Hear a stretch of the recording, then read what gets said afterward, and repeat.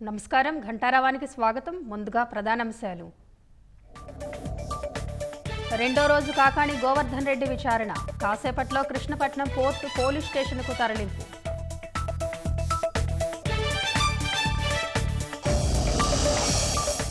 వైఫల్యాల పేరుతో జగన్ కొత్త నాటకానికి తెరలేపారన్న యనమల. విమర్శలు వాస్తవికత ఆధారంగా ఉండాలని ధ్వజం.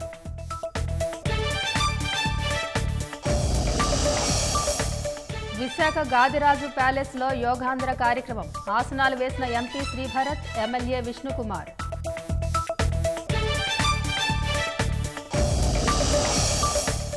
గుంటూరు సాంఘిక సంక్షేమ సమీకృత హాస్టల్ ఆధునీకరణ. 12 ఏళ్ల సుదీర్ఘ నిరీక్షణకు తెరపడిందని విద్యార్థులు హర్షం. రాజకీయ శరణార్థిగా మస్క్కు రష్యాలో అవకాశం ఇస్తాం. కీలక వ్యాఖ్యలు చేసిన దిమిత్రీ నోవికోవ్.